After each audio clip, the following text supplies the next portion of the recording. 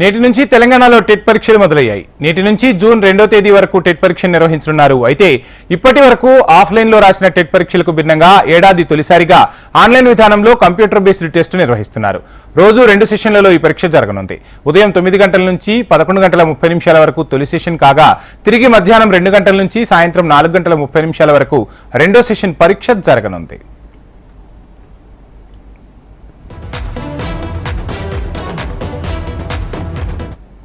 ఇక ఈ పరీక్ష కోసం రాష్ట్ర వ్యాప్తంగా 80 పరీక్షా కేంద్రాలు ఏర్పాటు చేశారు.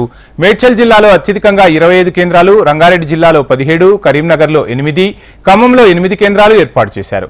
హన్మకొండలో 4 కేంద్రాలు, హైదరాబాద్, మహబూబ్ నగర్, సిద్దిపేట, సూర్యాపేటలో జిల్లాకు 2 కేంద్రాల చొప్పున ఏర్పాటు చేశారు అధికారులు. ఆదిలాబాద్, భద్రాద్రి, కొత్తగూడెం, నల్లగొండ, మెదక్, వరంగల్లో జిల్లాకు ఒక్కొక్కటి చొప్పున పరీక్షా కేంద్రాలను ఏర్పాటు చేశారు. కాగా టెట్ పరీక్షను 2,86,386 మంది అభ్యర్థులు రాయనున్నారు.